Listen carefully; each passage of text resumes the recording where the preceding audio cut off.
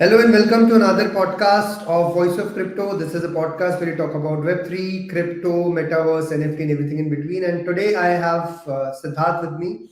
Siddharth, welcome on the podcast. Thanks, Abhishek, for having me here. So Siddharth has been known for doing a lot of things, and today we are trying to understand how his mind works, what he's trying to build up now, and how his journey has been going. So Siddharth, the first questions first.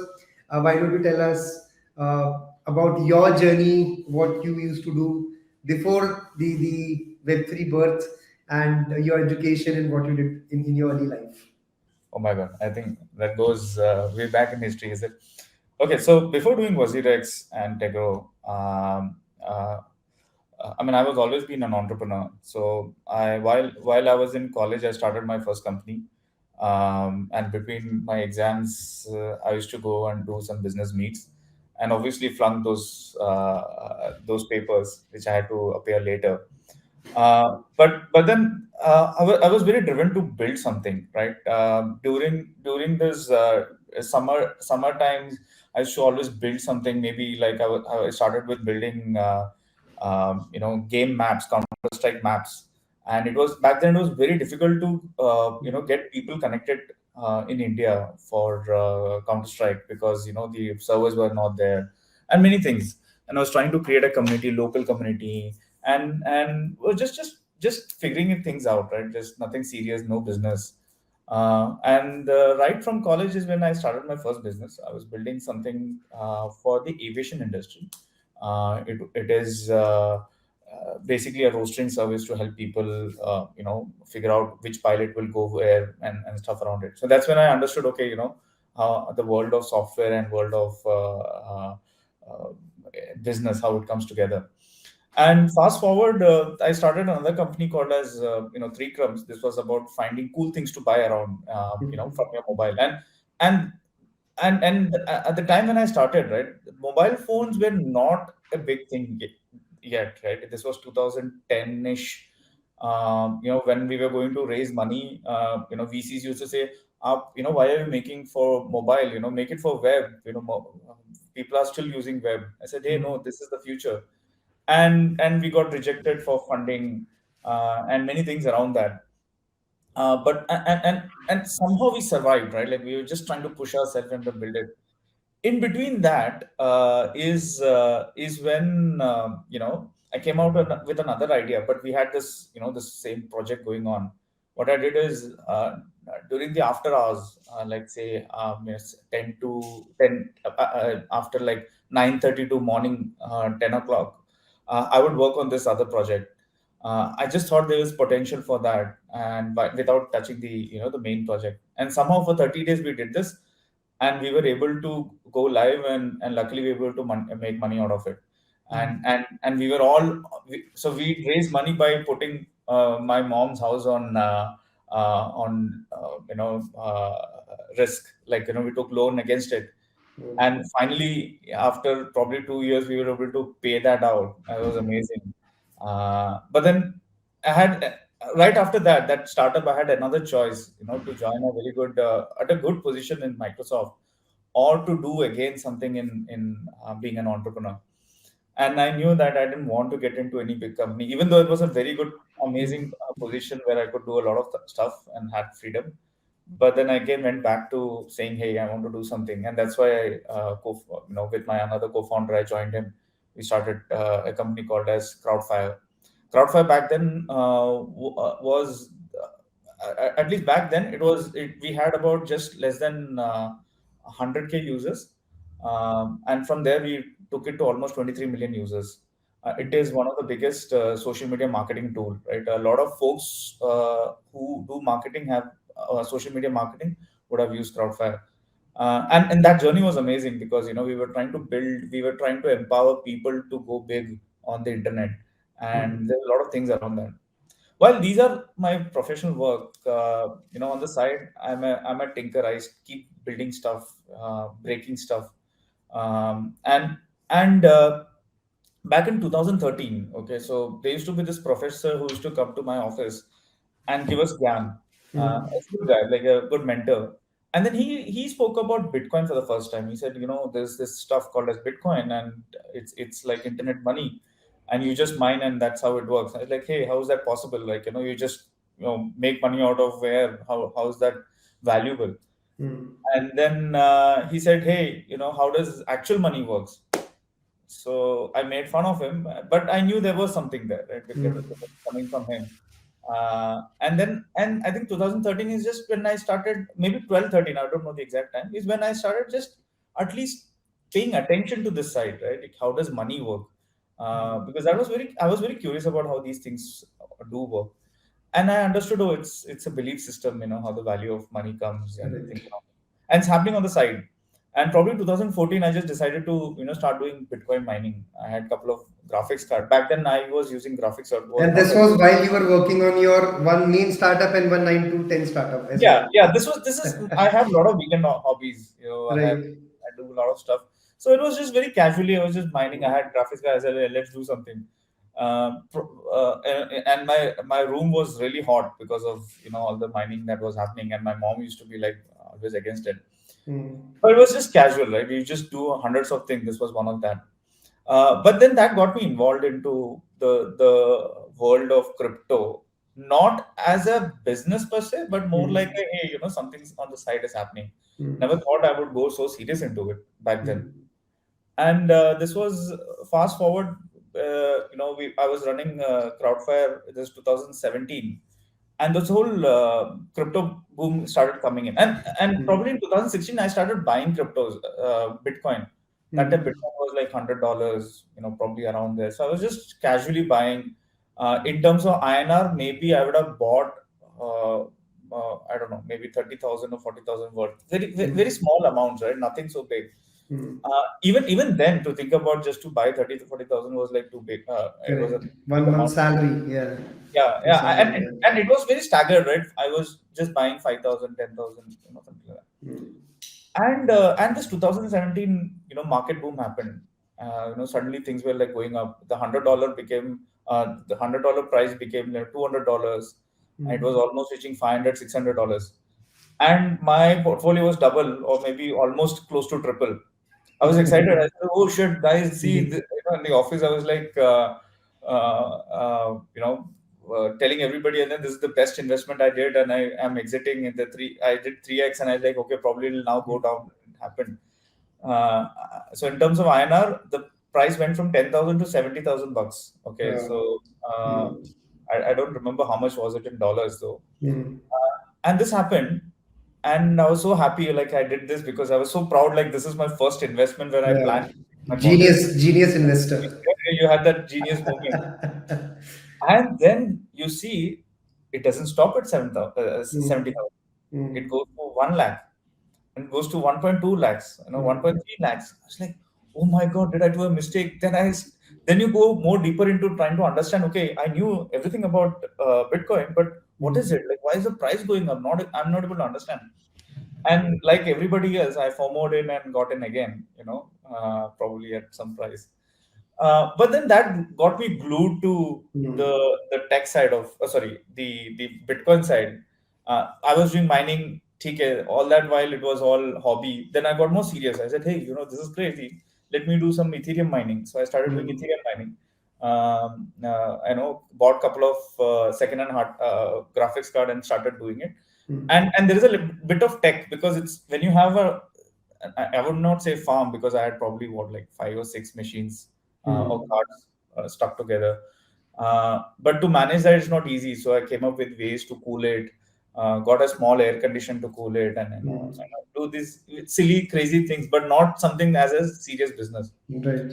And in 2017 October and all, sorry, in August September, when we were actually, I was trading a lot in Indian market and outside market, is when we realized that the Indian market is not at all built for crypto, right? Back then the Mm. product that was there was not even world class. And here we are building Crowdfire, where we are actually pushing the boundaries of you know Mm. new UX, new designs, new stuff that was not seen in the mobile app world. Like we came up with AI run bots. These are things Mm. were not popular back then, but we were already Mm. in the cutting edge thing, and we're like, hey. crypto is so big, and in Mm, India you don't have a great platform. So I started convincing my co-founders, saying, "Hey mm, guys, maybe this is something that we should definitely look at, and try something around it. There's an opportunity, Indian opportunity." mm, My co-founder, he first obviously rejected. Then we started doing some math. We saw the other exchanges how much they are doing, and like, hey, crappy product like this is doing so much. Hey, mm, do have a chance. And then somewhere we said, okay, let's do it. So I carved out a small team and I started building mm, onto it. I mm. started probably in November or something, November, yeah, 2017. yeah, 17. Mm, And it took us some time. Obviously, building an exchange is not an overnight thing. So what, mm, November, December, January, February, March. Okay, so mm. by March we were almost ready to Wow. launch. Mm. That's fast. I mean, now when I think about it, yeah, Yeah, because 4 months is very fast. we were very fast at developing in general, but still, to Mm, me, 3 months is also too much, right? Like a lot of things. mm. By the way, in that whole time, the entire crypto market crashed. Uh, Yeah. January crash happened, February crash happened, and we were trying to figure out, oh shit, are we too late? Should we still Yeah. continue? Yeah, Yeah. let's continue. Sort of to keep all of us motivated. And WazirX we launched on I think 8th of March, somewhere around that. Mm, mm. Quite happy. Obviously, there's less liquidity because market is going down, so everybody's getting Sorry, scared I of. need to ask one very important. How the name Wazir X came? How the name Wazir stuck to you? That's the Oh, question. so Nishal, my other co-founder, is he loves names in general, like something. He came up with weird names. I mean, to be very frank, he even came with names like Mowgli. He's like, we need an Indian touch, Mowgli. I was like, Mowgli, okay, no. And every time we had this, so we had another product called Hazir. It was an attendance product, Okay. automated attendance, which we are only using within our company. Mm, You come into the office, automatically the Slack will say, hey, welcome, you spent so much hours yesterday, and some mm, stats about yourself, like just saying mm, hello.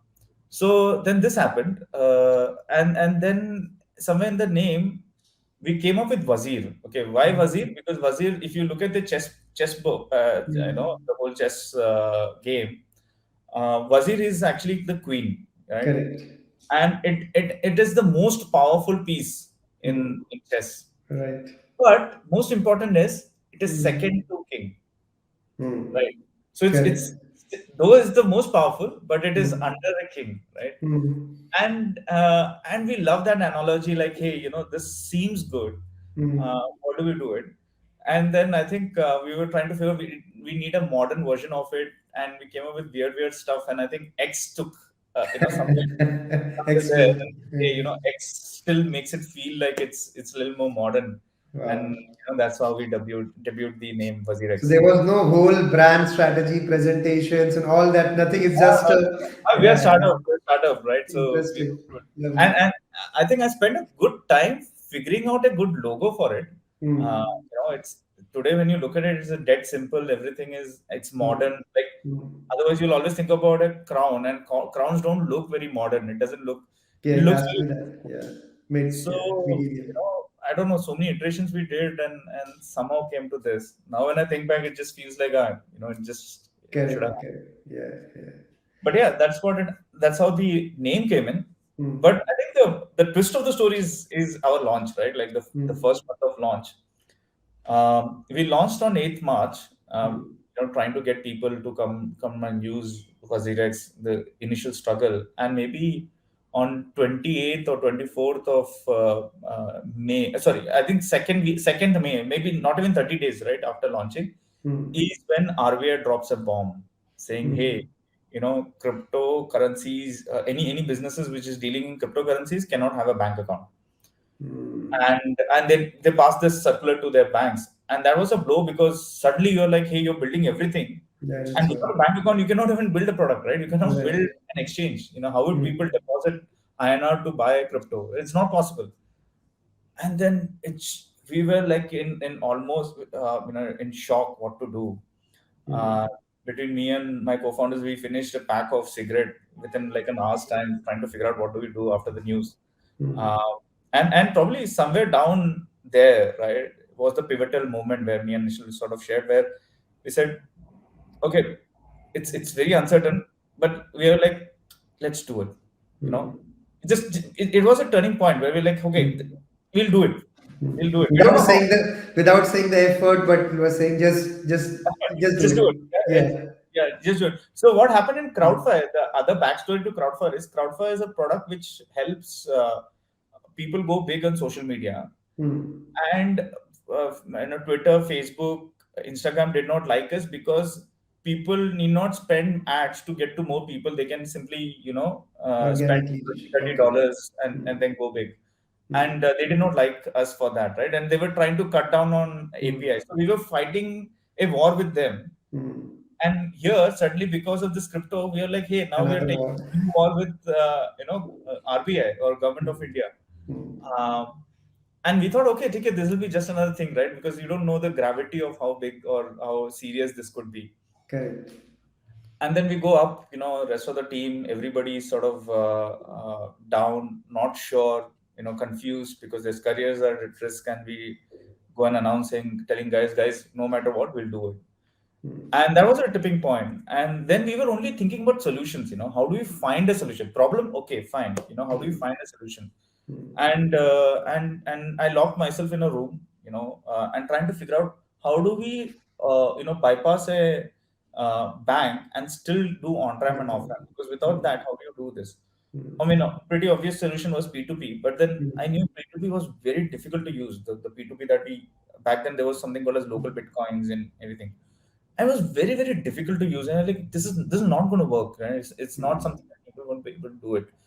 And in that whole process is where I basically cracked a model where you could easily buy a big amount, and you get matched with multiple people, and you have to just pay money to these specific folks. So it's Hmm. it's P2P but with an order book, right? It was the world's first P2P order book Hmm. model. And and to be very frank, when the banks started shutting down the services, we were the only guys who had this service which was easy enough. So Hmm. by the way, so we were the smallest and the youngest exchange. They were already big exchange doing millions of dollars. And they We were were in Indian exchanges already. Indian exchanges, right? They were Hmm. doing millions of dollars. They already have a lot of users. Everything is Hmm. sorted, right? Hmm. And they're doing millions, and we are doing probably 1,000, 2,000, $3,000 per day. Okay, that, like, Hmm. there's no match Comparison, for right? that. Hmm. And then we said, nee, let's do this. And what happened is all these other guys stop innovating, right? Like to find a Hmm. solution to do this on Hmm. ramp. They just And stopped doing anything. yeah, and for us, this was the only thing, right? They probably build a local Bitcoin type P2P market, but that Hmm. was also not easy. But what we did Hmm. was just make it so easy for people to on ramp and off ramp. Hmm. And within a year's time, I mean, but that year took like ages, by the way, but felt like Now it feels ages. like a year. Yeah, now it feels like a year. And within a year's time, we became the number one. Wow, Yeah, amazing. because we were just innovating, trying to get the liquidity And out. this was all organically. Organically. Hmm. We were completely bootstrapped, so we never raised Hmm. money. Hmm. Never raised money. What? Like, you go to any VCs and say, "Hey, we want to raise money. We are an Indian exchange. Yeah, Hey, you guys have regulatory issues. We don't want to touch you guys." correct. So, Right. so touching India, especially crypto India, was a Hmm. big problem in 2018-19. Hmm. We sort of opened up a small, war against this, trying to find a solution, go Hmm. against, at least get a fair chance to sort of work Hmm. on it, right? Like, Hmm. and it took us almost 2 or 3 years to come Hmm. out of it. And we were fighting this in Supreme Court. Supreme Court is Oh, okay. the, the biggest court in India. So we were Hmm. fighting RBI in Supreme Court. We got Hmm. more folks together to do that. And Hmm. probably within by 2020 is when we got the verdict that the RBI circulation that they did is void, because it has no grounds for the Oh. ban.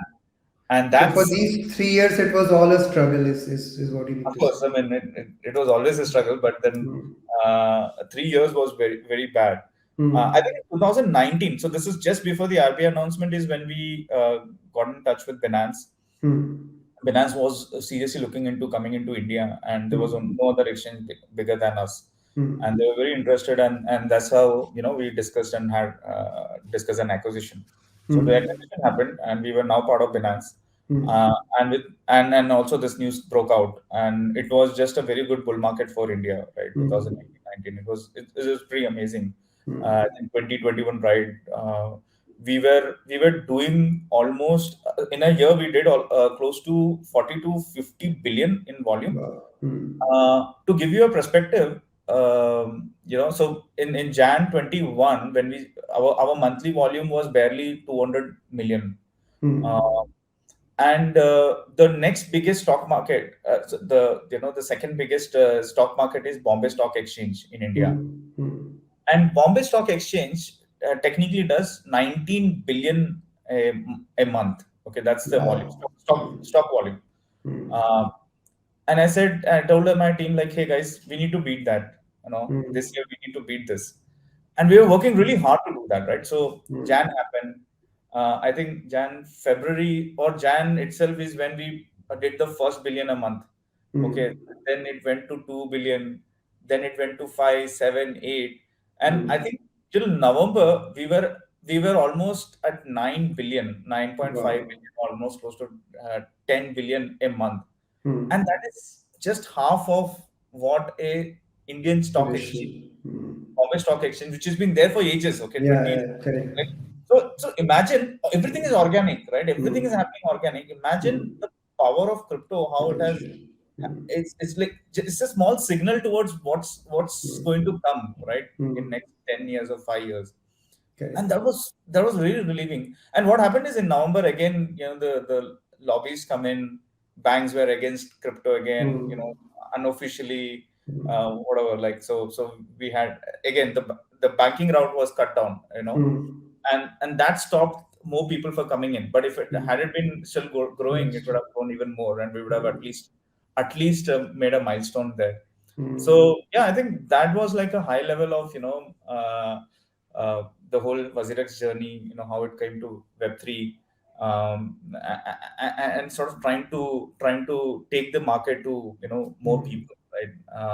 And we do believe that this is a new order, world Hmm. order, and there's a lot to be done. Like, very philosophically, if you think about it, right? You go back in history, um, we started with small villages, right? Like, Hmm. when me, if I need something, I probably do a barter or a favor or something around it. As it Hmm. when the people from village we became a town, you're dealing with strangers, right? So in strangers, what you do, then you need a common denominator where the currency came in. So Hmm. metal currency and everything, and also the governance changed, right? So there will be a town guy who will manage, the town up. Everything. Then Hmm. from that it became kingdom. Fast forward, right? So now again we are in one place, everybody one currency and stuff around it. Then later it became country, right? So we are all Hmm. growing, connected, better connectivity, better this thing. We are all growing as a human race. And Hmm. the next big thing to me is this super nation, uh, Hmm. which is on the internet. What I mean by that is, like, today, we are almost working remotely. It doesn't matter where you Hmm. exist, Correct. right? Even this conversation that we are having, it's almost like Hmm. we're sitting together, right? Hmm. It's the space and time that we're sharing, and this Hmm. real stuff happening, real economy stuff happening, right? Uh, so and the world is coming onto the internet, and the internet itself needs an internet economy. The Hmm. internet, just like how the country needed, the super nation also needs, its own governance. It needs Hmm. everything that a country had, like at the various stages. Hmm. And the best part, the way we cracked it is by going a little more trustless, and that's how we are able to scale. So we not just scale money, but we also scale trust, right? Hmm. Governance, rather than believing in one person. Then we went to democracy. Now we are talking about a code which is Hmm. open to everybody, and everybody knows this is how it works, and this is pretty much transparent. So I think, Correct. journey wise, when you think about it, next 10 years will be very Hmm. pivotal for all of us, right? Whoever is Hmm. part of it, and I think this is that one generation which is going to see this transformation that is happening, right in front. Hmm. Correct, correct. Amazing journey, Siddharth. It was really interesting to know the struggles, and because I think A lot of people, when they see a success, they don't see what all things have gone. And obviously there are a lot of things which we spoke about, like those small ideas, small startups. It all leads to that bigger thing, rather than you just thinking that I'll have one big idea and then suddenly everything will change. So moving on from this point, so that we are currently seeing a change in the world order. We have been seeing multiple macroeconomic things which are changing.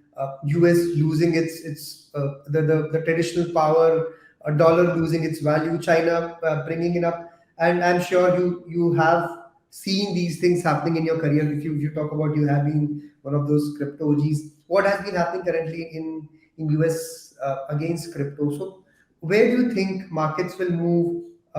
Obviously, we know that eventually things will settle down, but what are your views from this point of view? I think most importantly, ultimately governance is for the people and by the people, right? If people know what they want, automatically governance also changes. Again, going back to history, right? I always go back to history because anything that you see has repeated in the past.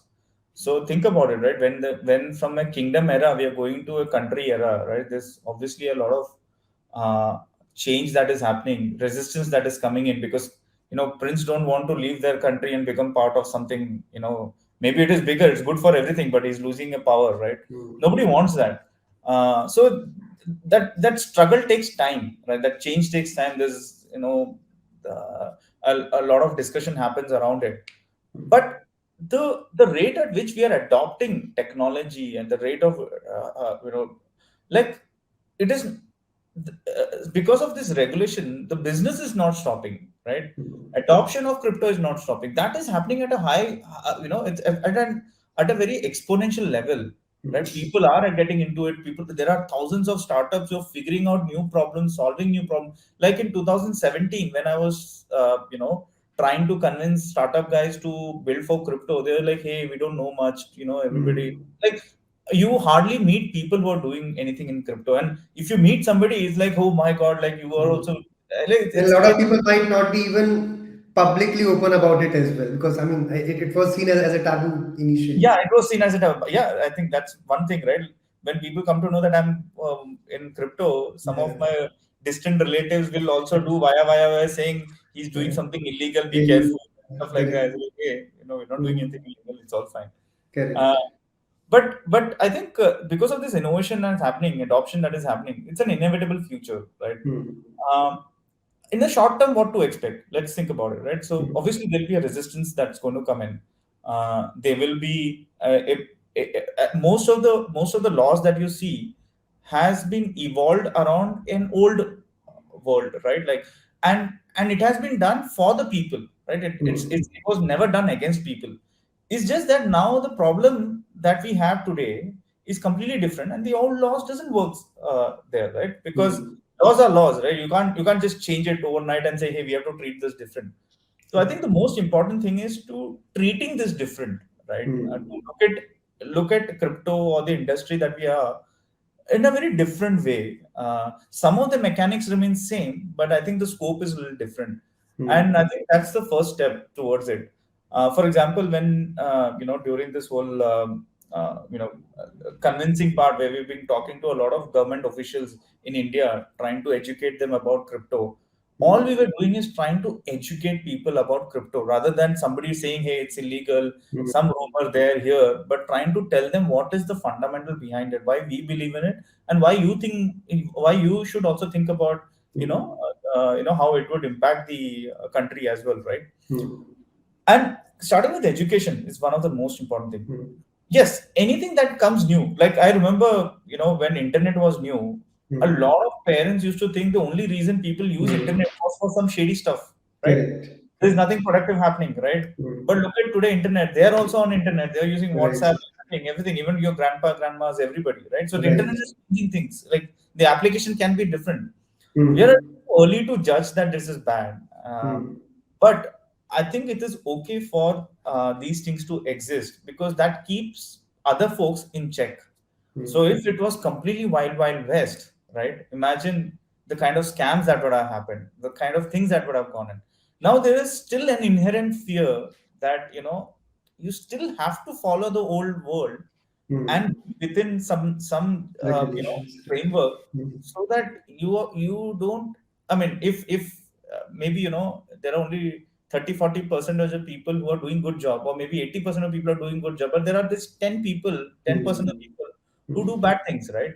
So at least we're keeping that in check. To me, I think it's completely fine. We are Hmm. seeing that in India today. Right now, India has some very bad taxation laws in place, which just stops the innovation coming along. But Hmm. I know for sure that it's not forever, right? It's something that we will come over it. We have right people working on it. Even in SEC, the Hmm. biggest question is how do you define security, right? Hmm. Because it's a Which is very not a wrong question. I mean, it's it's not a a wrong valid question. question. Yeah, it's a Though valid I mean, question.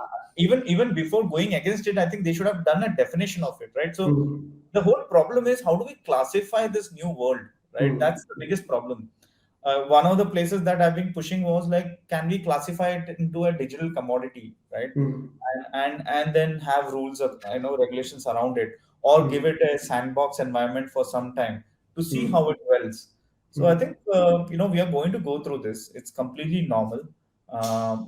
There will be some countries who will be very pro about it. There will be Hmm. some countries who will not be, because it disrupts what they already have. uh, Correct. I think the developing nations are the would be the ones who would be very very open about something like this. And Hmm. and I think is definitely there's a lot more scope to do. Awesome, awesome. So that's so I think you always have that knack of getting the pulse of what is going to come. So starting with your first venture to social media to crypto. Now tell us what is you are building currently. What is the next pulse? Where should we put our money in? Give us some big ideas. So what are you Well, building at currently? yeah, I think so. When I was in WazirX, I was also investing into a couple of projects, and I was very interested in gaming in general. So I thought, Hmm. to me, gaming was very very natural, because games already have in-app currencies, and I thought it'll be easily replaceable by crypto, and that will open up an entire market, and Hmm. entire it'll change the world. And I invested in 2018 a little bit here and there. And what happened by the end of the crypto's winter, all these games literally crashed. Right, Hmm. I lost money, everything, and I was figuring out, hey, how is this possible? This has an inherent utility. Why is these Hmm. games not working? Right, Hmm. and I started working with one or two games closely, and then I Hmm. realized, hey, so at WazirX, I was trying to solve liquidity. Okay, liquidity is Hmm. something that when you're building a market, you need liquidity. That's how buyers and sellers come. And Hmm. I saw these guys are building it, but they don't focus on liquidity, and because of which, if buyers and sellers are not there, then Hmm. automatically, the game becomes. It doesn't attract more people, and it automatically goes down. So it's a very spiral loop. And I Hmm. said, hey, this is where it is going wrong, and probably it has good potential, but not done well from a finance point of view. And Hmm. that's when I started working with these games and trying to help them in terms of, designing some part of it. But again, from a very high level, going back to that, is Hmm. just to give you guys a perspective, right? The gaming industry Hmm. every year does almost close to 250 to 260 billion dollars in revenue. In Okay, revenue. in Hmm. Hmm. revenue. And when you see a revenue, when you look at Hmm. the market cap, that by itself is probably minimum a Hmm. 1.2 to 1.3 trillion dollar market. Okay, Hmm. that's what the gaming market is. Hmm. The entire crypto market is just close to $1 trillion market, right? So if you Hmm. think about it, like, we are talking Bigger. about an already established market which is running Hmm. very well, good revenue, everything. Hmm. It's big. And the thing is, the crypto, the whole financialization of things, I feel it's very natural for games, right? For the Hmm. games to adopt. And what it'll unlock is like, till now, it how the games were, it was always very centralized. Game developers used to build something, they'll sell something within the app, they make money, and that's it. Even if the game Hmm. becomes big, people don't go big, right? They're not part of the economy, they're Correct. just vendors. And Hmm. I believe that that's going to change, right, over Hmm. time. And I don't think all the games would change. This is a new genre of, just like how desktop games were there and then mobile games came. It will not Hmm. stop desktop games. It List still of works. games as well. Hmm. So similarly, I believe this is another genre that is going to probably jump in, where Hmm. you are building virtual economies within the games. Hmm. So the game is like the business model, and based on the opportunities, you are actually buying, selling stuff, essentially opening two very important people. Till now it was only players. Now we are introducing traders and investors, and Hmm. traders and investors bring a lot more capital, right, within the game. Right. And I think this is a very good example or a very good analogy to compare with the commodity market, right? So if you know oil and gas, Hmm. the oil is, or anything heavy metal, whatever, right? There's a consumption rate, but there is, if consumption is only done by, like, say, there's a sale of only, say, 1 billion a day, but Hmm. there is a trade of almost 100 billion a day. Hmm. That's what I'm talking about. Because right. There's a lot more capital trading that comes in, and automatically creates more innovation to develop more within that industry. So to Understood. me, I think games are going to take that route, Hmm. where and it's a natural fit, right? So very simple. Like, I've been selling people Bitcoin, telling Hmm. people, hey, what is Bitcoin? Okay, for that you have to explain them how money works, blah blah blah, and then you come back to saying, okay, this is how money works, and this is what Bitcoin plays a role. If you have to Right. explain them Ethereum, you have to explain them how cloud Hmm. computing works, right? Hmm. This is what it replaces. But when you tell them, hey, you can buy digital land, and you can own it, it's Hmm. just that natural. They get it Hmm. immediately, Hmm. right? Because Very it's good not. analogy, right? Yeah. So a lot more people know about this use case than Hmm. how money works or cloud computing Hmm. works or a DeFi token works. So I Hmm. believe that this it'll be a much bigger adoption when it actually picks up, goes main. Hmm. And I think this is where we are, right? Like, where we are actually pivotal part, like this year, Hmm. like in 2018-19, I used to call up game studios and tell them, hey, you guys should build for crypto or like blockchain. Hmm. They used to literally hang up on me saying, that is a scam. Hmm. But then Axie happened. Axie Hmm. Infinity was one game which Right. basically was pivotal in terms of getting everybody's attention. Is when Hmm. suddenly everybody is like, "Hey, Sid, you called us that time from this. Tell us more about it." I said, "Yeah, Hmm. see, this is how it is," and I think it's a good thing, right? Sometimes Hmm. market do bring, Yeah, you are uh, too early for certain markets, which is okay, which is still which is okay. okay, Yeah. which is completely Better fine. being early than late, so that definitely, yeah. Absolutely. So now what is happening is everybody's figuring it out how to do it, Hmm. right? At least there's an entry. In last, I think, 2 years, there's been so much investment going into just crypto games, like almost Hmm. investment of five to 10 billion in Hmm. just 2 years. And Hmm. I can't even imagine this happening in 2018-19. It was not even, Hmm. I cannot even imagine, right? Now things have changed. Suddenly it Hmm. opens up everybody's eyes and say, hey, wow, this is good. Why Hmm. didn't we think about it? So I think Correct. from that perspective, this is definitely a very potential market. The thing Hmm. about games is games takes time to build, right? It takes a couple of Hmm. years to build. A lot Okay. of games that are being under development is right now under development. They're not live yet, right? Like, so, Hmm. hopefully in the next bull cycle or whatever crypto cycle, we should see a lot more games. And to Hmm. me, I believe that this is the place I want to be, right? Getting Hmm. in early, trying to understand this market, doing something for the market that helps that go big. And it's not just market. There are many verticals that has to be, it's Hmm. like a Lego block solution, like, trying to solve these and solve that in a way that helps build this industry really well. So to me, I think gaming is really big. What we are seeing is just probably tip of the iceberg. The most important thing about gaming is that these, most of the tokens that you buy of the crypto world, and I feel very sad about it, is they don't have good utility. They'll say Hmm. governance, but why would you spend $100 on governance, right? Hmm. You're basically trying to trade only, right? There's no other value. Correct. uh, but to me, I think games have better utility. Game assets have more utility. So it just feels bad, feels good in my heart that saying you're not selling something Ponzi. You're selling that Hmm. as utility, right? Now it depends Correct. upon game to game, but at least the class of assets are something that is really used within the industry, and that's the one that I wanted to sort of focus on. So game assets have more utility. If you play a game, you need Hmm. bullets, you need stuff. You are playing the game, you're using it. So there Mm. is consumption also happening, and there's an inherent demand that is built in. Right. So it creates a better sustainable economy within the game, rather than just I'm not saying the other tokens are bad. I'm just saying Mm. comparatively More utility, more more utility. better Right. utility. Right, right. So if you have to explain to a 7-year-old Siddharth that what do you do in simple 20 words, what you're doing currently, how do you explain that? So we're building Tegro. Tegro is a simple game asset marketplace Hmm. to buy and sell game assets. Hmm. If you are if you're a player, you can buy. If you're a trader, you can buy. If you're an investor and want to buy something in bulk, that is possible. Hmm. Okay. As simple as that, right? We just Hmm. made it very, very simple. Hmm. The current NFT marketplaces are very complex to understand.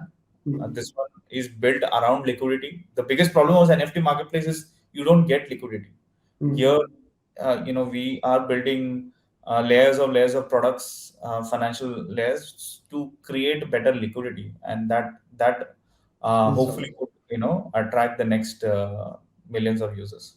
Correct. So you spoke about how gamers are. I mean, I didn't know that it's such a big industry. You have also been a gamer in your early life, Yeah, or I was like I told you, right? I was a Counter Strike fan.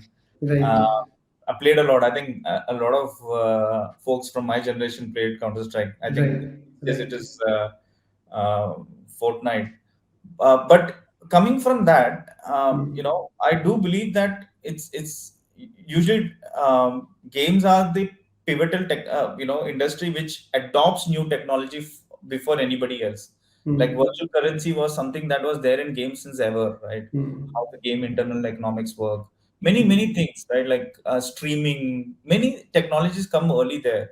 And the best Right, part is still game, so you don't it's not a financial instrument, it's just simply a game. and right. and if it makes sense, doesn't make sense, right? So you have to the risk that is there around it. People are Hmm. today buying in-app purchases and just spending money on Hmm. skins, like up to a value of $10,000, right?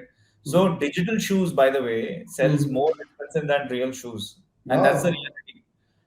And probably you and me think about, hey, why are Hmm. shoes so expensive, right? Digital Hmm. shoes, it has Hmm. no value. Hmm. So I was talking to one kid, and then he said that, hey, you know what? I spent 8 to 9 hours with my avatar online. Okay, and I spent 3 or 4 hours in school. Hmm. So if I were to buy a normal Nike shoes, Hmm. I'm just meeting 10 people, but with Hmm. my avatar, I'm going to meet thousands of folks, Makes and that's sense. why that shoe is special for me. And that's how the value of money comes into picture. Yeah, Yeah, exactly. and and, and that just blew my mind because I Hmm. was not thinking about it, right? Because Right. the newer generations are more in the metaverse, and Hmm. thinking about how they look or feel or do things in metaverse Right. versus how we spend how I used to spend money on Right. frivolous things, right? Correct. So Correct. yeah, I think the world is changing. We need to change with that. Right. So Siddharth, you also spoke about a lot of games coming into the last bull run and then falling badly. So what are your three main, I would say, insight which you can share with people who are building games, saying that these are the things which you should take care of if you're building a game rather than just randomly creating a token out of it and creating a random utility. What are Absolutely. your top three tips? So luckily for me, I've been working on a side project called as Tegronomics, and we are trying to make it an open source economics model based on Hmm. the learnings that I had. So it works on 5 principles, right? First principle is liquidity as a principle. So your secondary market has to be liquid, otherwise you don't attract good capital. So that is Hmm. liquidity. Second part is predictable supply. You cannot Hmm. have an hyperinflation model because otherwise you're risking all the investors who are buying into your assets, right? Hmm. So how do you control it? And it has to be predictable, right? It cannot be random. Like Hmm. in during the Axie Infinity time, what was happening was if you play a game, you create SLP, generate SLP. So if there Hmm. are 10,000 players, you create 10,000 SLP. If there is 100K users, 100K SLP, and 1 million, 1 million, and Hmm. suddenly if the users go down, you have Hmm. so much supply in the market, which just Right. crashes the market. So Hmm. it's 100% Ponzi scheme, right? Not that they Hmm. wanted to bid, but that's how it Hmm. is, right? Like, Hmm. by design, it just happened to be like that. So to think about it, right, you need predictable supply using some difficulty curves, just like how Ethereum and Bitcoin has been doing for ages. So, how do you design it for the games? We have some principles around it. Then the third part comes I call it the service economy, right? Service economy is more like trying to understand, hey, uh, not everybody has to purchase an item to play the game, right? It just feels so weird, right? You always have to buy something and play the game. I just want to play the game, right? Right. I just want to try the game, play the game. So what that does is that in real life also, right? Not everybody has to build a factory, right? You can work for a factory, right? You can still have an income by working for the factory. So that's a service economy. And within that game, like, there will be guys who have a lot of money but don't have the time. They can easily, give their accounts, or in a way where people will play for them.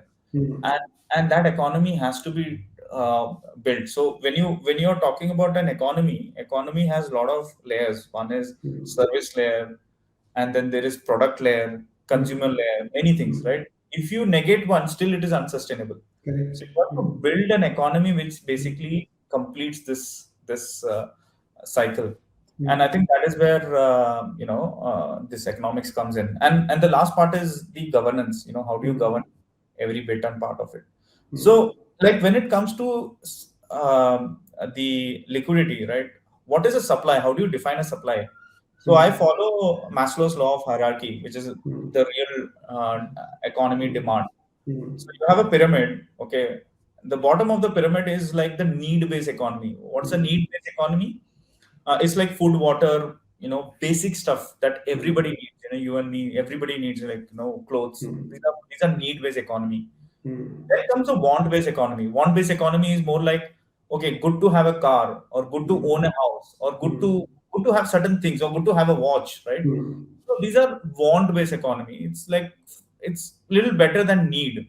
Okay, and automatically as a pyramid, that will lessen number, the less people Correct. need it. Then comes the achievement-based economy. Achievement-based economy is like, hey, I don't want just a car, I want a Lamborghini. I don't want just a house, I want a mansion. So more of an achievement. There's a status symbol, many things, identity and stuff around it. So that's how the pyramid, the real economy works, right? Everything is needed. You cannot do it without this. You cannot do it. Yeah. Everything is needed to make it. But in the Web2 world, what was happening is, in the Web2 world, in the gaming world, you only needed the identity layer, right? Because there was no need-based economy. It was just that, hey, I want to feel special, so there's a digital To skin show within the, off, right. or digital hat. So it was all fine. But when it came to Web3, everybody is part of the economy, right? So if you don't have the rest of the two items, it becomes very unsustainable. So Correct. you have to design your economy around these things, that, to identify what's the need, what's the want, what's the achievement, how do people climb up to that, and accordingly you go back to your game and try designing that out, right? So I think that's the high level of things there. And Understandable. of course, like I said about supply also, how does supply come to the market? How do you define that supply? How does it get controlled? If you have 10 million users and suddenly it became 1 million users, it should not be oversupply. And vice versa, right? If you have 1 million and goes to 10 million, you should not have undersupply. So how do you build elastic supply and things around it? So I think Correct. these are like the high level things that we are trying to put together for games to sort of adopt, so that they build better sustainable games, right? If they build Right. sustainable games, We uh, all you know, stick to it. Yeah. yeah. I think we need to do one more part for this understanding, because I think gaming, metaverse, and you also spoke about how current generation is using this psychology about gaming, which we can never think of. And even if when I hear this, it rings a bell, but probably I won't do it. And that's how I think the generational gap is has been happening. So yeah, Siddharth, this is, I think we will need to do one more, and I'll request from my side as well as my on the listener side as well, that we need to do one more set of interview which talks specifically about gaming as an economy, what you guys are building, what are certain good case studies of gaming which has worked, and why do you think gaming will actually build the next 1 billion users, which we all have been hearing. Yeah, I think definitely.